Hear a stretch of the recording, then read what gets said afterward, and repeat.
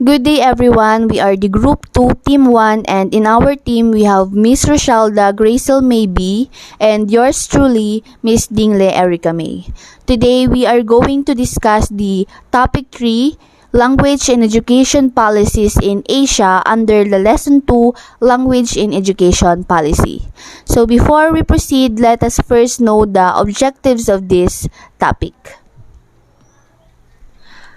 First objective is to know and outline the linguistic situations, language policies, and the LAP of Southeast Asian nations. And another objective is analyze various types of data to better understand the linguistic diversity and linguistic choices of these countries. Now that we already know the objectives of this topic, let us now define some terminologies that we will encounter during the discussion of this topic. First is the language in education policy. The policy is designed to teach children using their mother tongue whilst having access to a global language such as English. OECD, or the Organization for Economic Cooperation and Development. It produces independent analysis and statistics to promote policies to improve economic and social well-being across the globe. Multilingual education means the use of several languages as the language of initial and recurrent literacy, the language of instruction, and a means for lifelong learning. L1, or what we call first language. It is a language or dialect that a person has been exposed to from birth or within the critical period. L2, or what we call second language.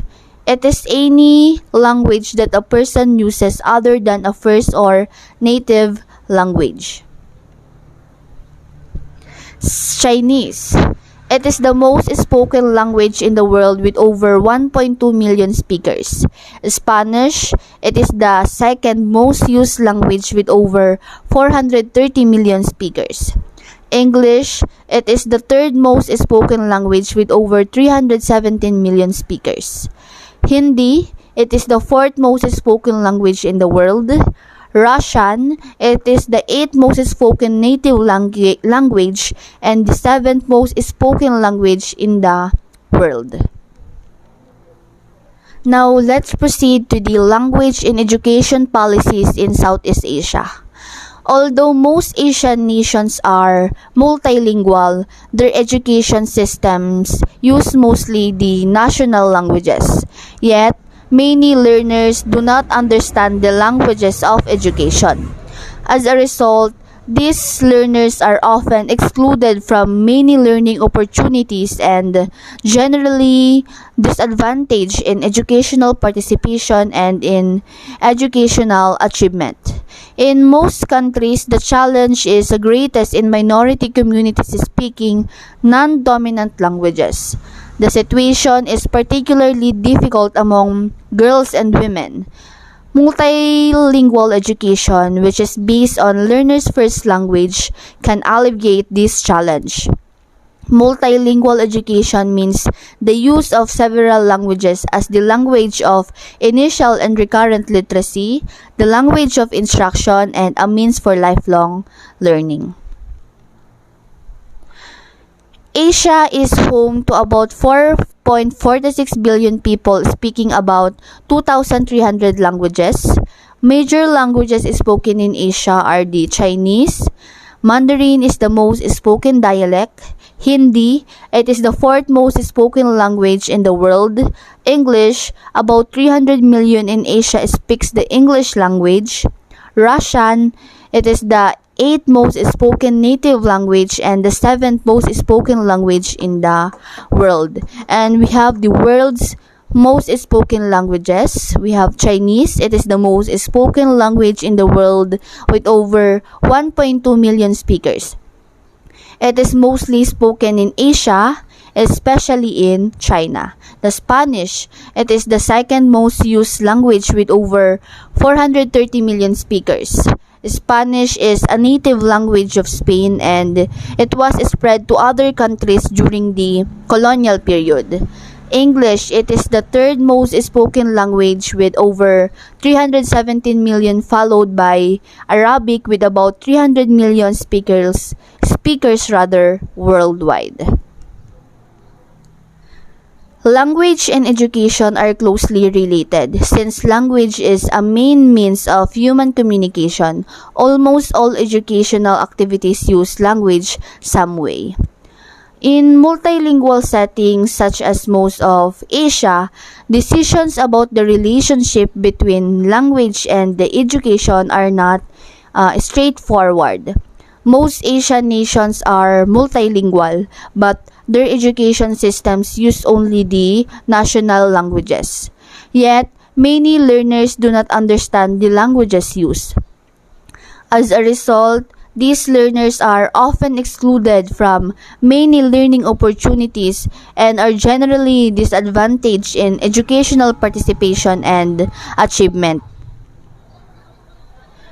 Southeast Asian linguistic scenario situation. First is the learners having insufficient comprehension and command of the languages used as the languages of literacy and languages of instruction. They are likely to learn differently from those fully proficient in the languages used. This usually includes ethno-linguistic minorities in multilingual settings whose first language is a non-dominant language. In some cases, people speaking languages with millions of speakers also have to study through a language in which they may not be proficient. According to Ethnologue 2005, some 2,200 languages are spoken in Asia. The total number of languages spoken in the world today is almost 7,000. This figure 1 illustrates the number of languages in each of the listed 30 Asian nations. The chart confirms the evident linguistic diversity around the region. Almost all Asian nations are essentially multilingual. In more than half a dozen countries, more than 100 languages are spoken, and Indonesia, India, and China have several hundreds of languages. There are few monolingual nations, though North Korea may be an exception. Yet, certainly all countries, including North Korea, have deaf populations who use sign languages. Thus, when one considers this factor, even if a nation may seem monolingual, it is at least bilingual. Sign languages, however, are unfortunately not always listed as separate languages in all countries. Although more than 2,000 languages are spoken in Asia, the number of national and the number of the official languages in these 30 nations are only 50, of which 22 in India alone. Let's see the table 1. The concepts of official and national languages are quite similar and sometimes they overlap. Bahasa Indonesia, Mandarin Chinese, Thai, and Vietnamese, for example, play the roles of official and national languages in Indonesia, in Thailand, in China, and in Vietnam. In many linguistically diverse countries such as the India, Pakistan, and Singapore, determining the national language is more difficult, as no one language plays such a prominent role as in the 4 nations mentioned a while ago. Yet, certain languages spoken in the country are adopted as the official languages. In some cases, such as India and Singapore, several languages have been given an official status. This table 1 only lists all official and the national languages in Asia. Ethnologue 2005 and Leclerc 2008 provide more details about the status of these languages in different countries. The numbers after language names state the number of countries in which the language is official, and the italicized languages are of European origin. It is interesting to note that in Asia, autochthonous Asian languages outnumber European languages as official, making the Asian situation quite different from Africa and from Latin America, where European languages dominate as the official languages and the languages of education.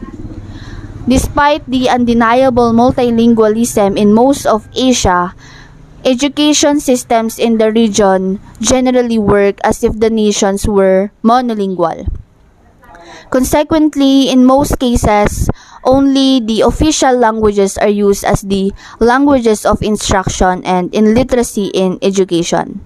Thus, educational systems put the learners who are not proficient in these languages at a disadvantage. In some cases, monolingual education systems in multilingual national even exclude some citizens altogether from education due to restrictive language in education policies. This figure 2 displays the global extent of the issue. It shows an estimated proportion of national populations in various continents having access to education in the first language. This means that the columns show the percentage of people whose first language is used as a language of instruction in education in a given geographical area. For example, if several languages of instructions are used in one country, the total population speaking those languages as their first languages as first language is counted. The most difficult situation is found in sub-Saharan Africa, where only 13% of the people can study through the medium of their first language. Although the Asian situation is somewhat better, hundreds of millions of people have no access to education in their first language, owing to large populations in many countries. This figure 2 also shows that no region, even the high-income OECD countries, is without challenges in terms of the language of instruction policies and practices. The scenario is quite similar in Asia, though there is wider variety among the 25 nations observed. For example, in both Korea and Japan, almost all people can study through their first language, whereas in Indonesia, in Timor-Leste, in Bhutan and Brunei, less than 10% of the 5 population can do so. The figure 3 shows the estimated percentages of national population in East, in South, and Southeast Asia having access to education in their first language. This is the figure 3. The basis for these estimates is similar to the one described a while ago, as exact figures for the population speaking various languages are not always available. All figures presented should be considered as estimates. It should be noted, however, that data are not available on the extent of bilingualism in all of these countries. Many bilingual people may in fact be fluent in the language of instruction, but owing to the lack of data, like figure 3 does not take into account. Nevertheless, the main point of the graph is that in many countries, the issue of language in education is a major one. Once again, good day everyone. So for the continuation of our report, I will be discussing the Southeast Asian linguistic scenario, which includes the linguistic diversity and their language choices. So without further ado, let's begin. So today, there are about 6 billion people living in 5 continents, and they are distributed to about 200 countries. So most of the communities living in the different countries are not only in they differ not only in customs but also they use different languages. So according to the investigation report of the United Nations Educational, Scientific, and Cultural Organization, which is also known as the UNESCO, in 2017, there are about 2,725 languages in the world. So the fact that about linguistic diversity has urged many scientists to give theories and opinions about the development in the diversity. So until today, the diversity of culture practice has been recognized, considered, and analyzed not only on a country or nation level, but also to smaller levels such as ethnic groups or local regions. So, until today, the culture diversity is affirmed to be necessary to the mankind, just like the biodiversity to the nature. So, with this meaning, the linguistic diversity is shared assets or it is the shared assets of the mankind, and it should be recognized and confirmed for the benefits of today's generation and future generations. So, in the view of the international law on human rights perspective, language not only plays the central role of the human and culture, it is also the expression of the identity and special important to the communities of the ethnic minorities in some countries or regions in the world. So therefore, the minority language is the object to be protected by the international human law, with the function of keeping and promoting the fruitful diversity of culture. UNESCO annually announces the parameters about the minority languages which will be no more used in the future. So until now, there are more than 1,600 languages which are not recognized as independent languages or about to be mortal. So there are about 229 languages that are almost not spoken by anyone today, and three-quarters of the world's languages have never been written. So there are only 500 languages which have been studied relatively and sufficiently. So in the 20th century, when the international law recognized the universal values of human rights, uh, this also concerned by the whole mankind. The researches on protecting the diversity of cultures and languages of the ethnic minorities have been concerned more today.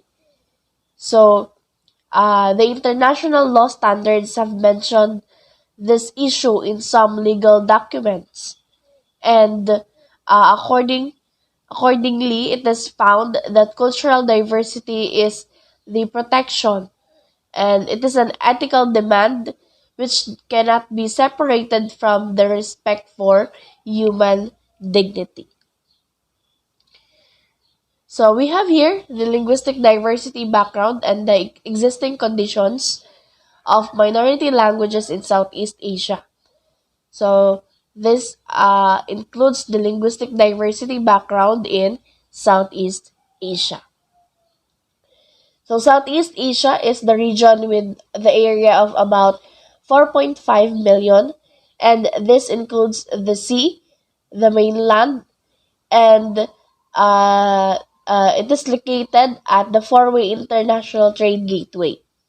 So therefore, the people in Southeast Asia are impacted by many cultures, religions, and thoughts. In 1962, the population of this area was only about 225 million people, and um, the population is more than 601 million people today. So this region has been developed to become the region with the collection of population with complicated and diversified components, race, and ethnicity. So Southeast Asia today has more than 700 ethnic groups that are living together, which are the following: the Laos, Vietnam, Cambodia, Thailand, Philippines. This also includes the 68 minorities such as the Indonesia, Singapore, Myanmar, and the East Timor. So, in the background of the linguistic diversity in the Southeast Asia, as today, the central issue of ensuring the rights of the ethnic minorities in the country, in the region, becomes urgent. So, there are about 3% of population in the world that is using more than 96% of different languages. So, among the languages used in the world, about 2,000 languages are used by less than 1,000 local people. Therefore, as estimated by UNESCO, about a half of the languages in the world will be disappeared at the end of this century. So the extinction of languages will make the countries and regions face more difficulties. Also, according to the evaluation of UNESCO, Southeast Asia is one of the regions with the danger of losing almost minority languages. And this is all along with the Amazon region, the Saharan Africa, the Oceania, and Australia.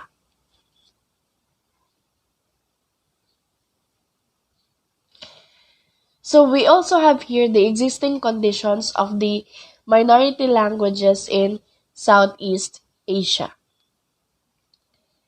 So in the background of the strong international culture integration, most of us are not aware of the loss of the civilization, and it is associated with the regional language.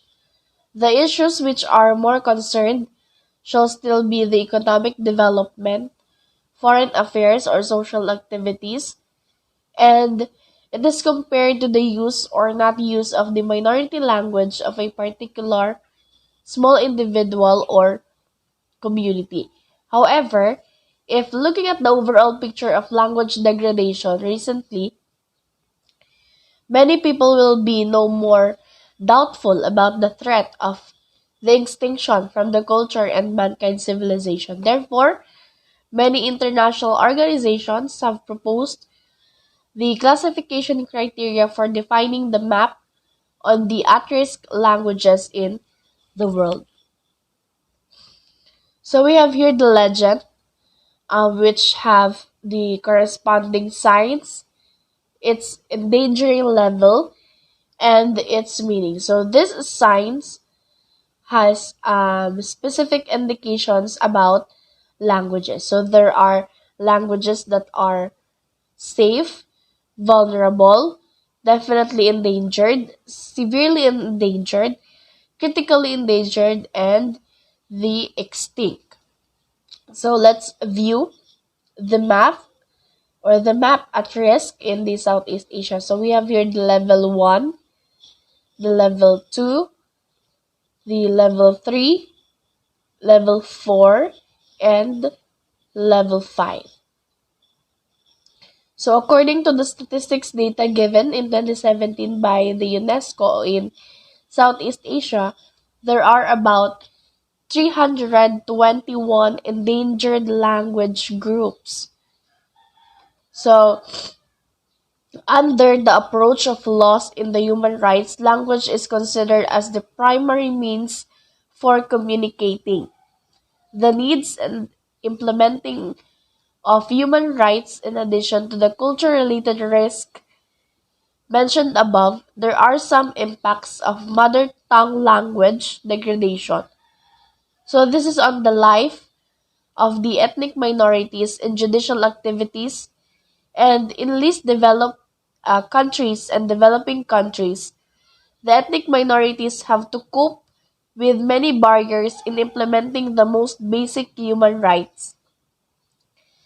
That may be the right to speak, the right to work, and the right to complain or other human rights in the proceedings because of their languages.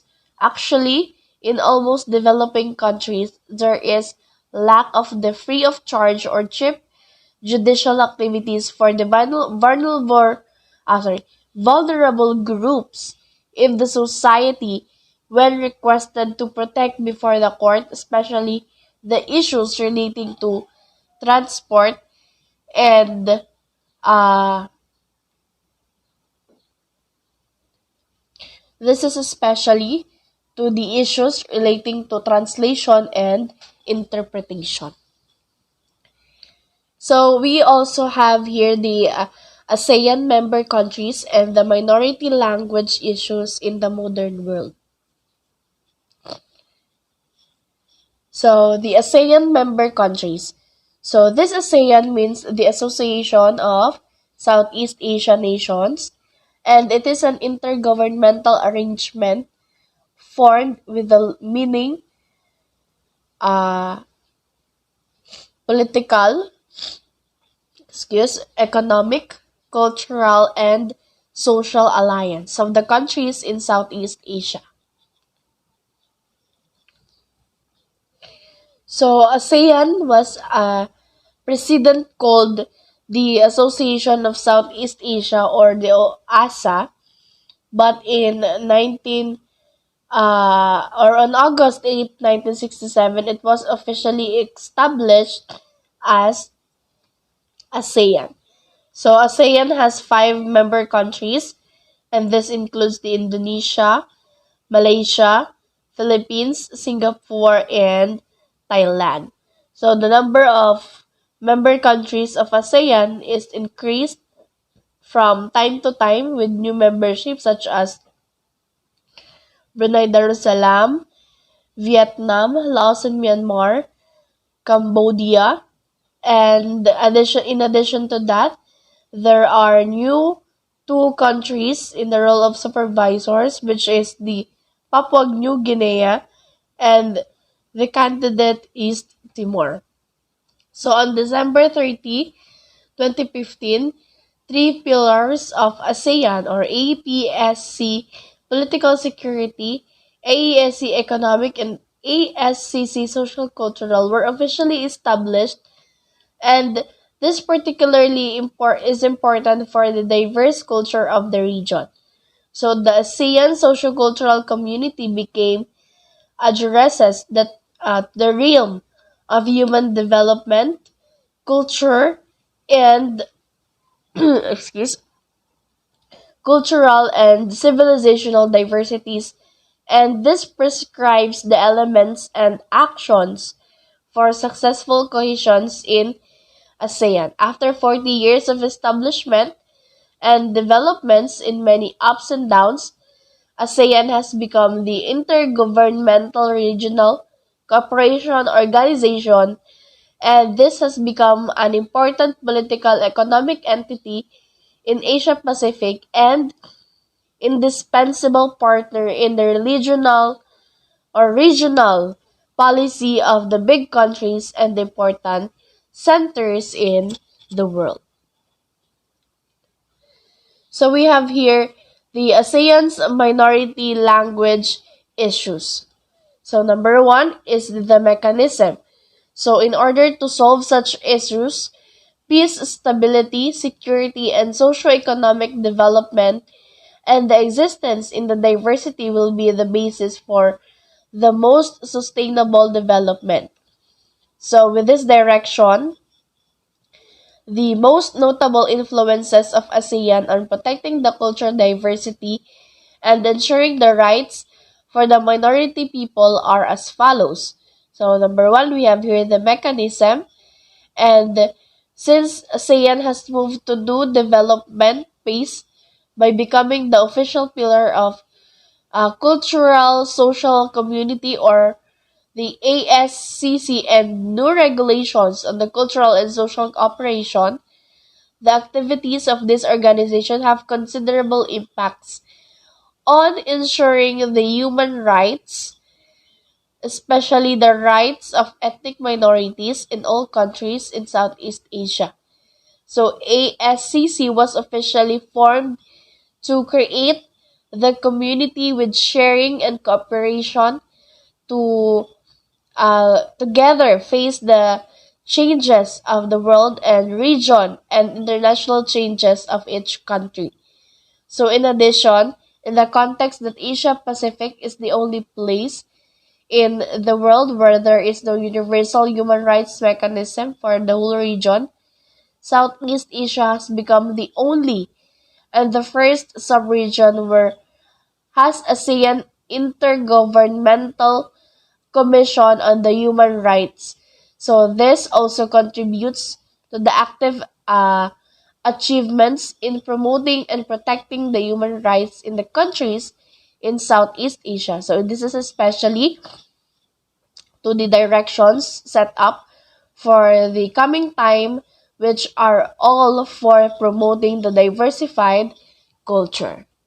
We have here the second one, which is the operation principles.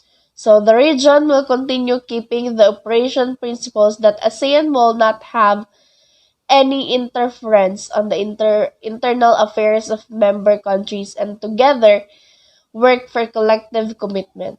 So this will bring out about many advantages but also many challenges for conserving the minority language or minority languages and human rights of the region. So in the positive way, in the region, there is a big difference in terms of political system, freedom level, democracy, and especially the economic gap, cultural diversity, religion, ethnicity, and basing on its operation principle, Southeast Asia can establish a considerable mechanism as mentioned above or as mentioned earlier. On the contrary, this operation principle makes many countries in Asia worried about the feasible effectiveness and capacity of that original mechanism. However, finally, all decisions by ASEAN have no legal binding obligations. So, the other one is the principle of being devoted and willful to the commitments of international commitments. So, excuse, although the participation level to international conventions about human rights of ASEAN is not the same, but we can still confirm that ASEAN always promotes the principle of being devoted and willful to the international commitments. So, it includes the devotion to implement the human rights and basic freedom right, in particularly the rights of the people on the minority people. In addition to that, it also includes conserving the minority languages linked to ensuring the human rights in some multi-ethnic countries. So language is one of the most important characteristics which is recognized at Article 27 of the International Covenant on Civil and Political Rights on the Human Rights or on the rights of the minority people. So, ensuring the rights of ethnic minorities is particular, and human rights and the language issue in general is the responsibility of the count of language of individuals in some particular situations. So the organized obligation on human rights of citizen or support for using the language of ethnic minorities.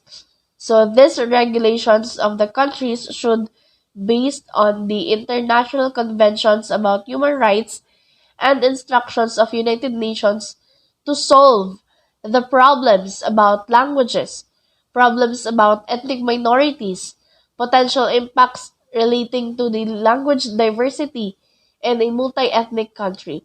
So the Asian values, the solidarity, the patriotism that is built from thousand years of the colonial countries makes the coherence between the ethnic community and the very high and no clear discrimination between the minority and the majority will continue the basis for the increasing Southeast Asia to new high position on the international scale in all aspects.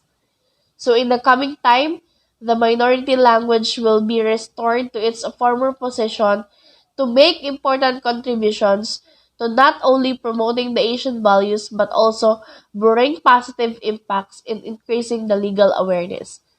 So providing the information for the Southeast Asian people in many typical issues as well as the cultural highlight for the region.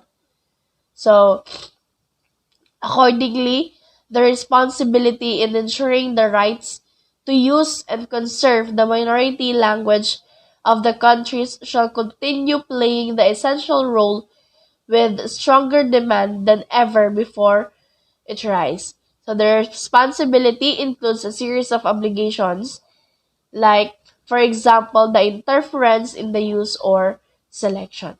So that would be all for our presentation.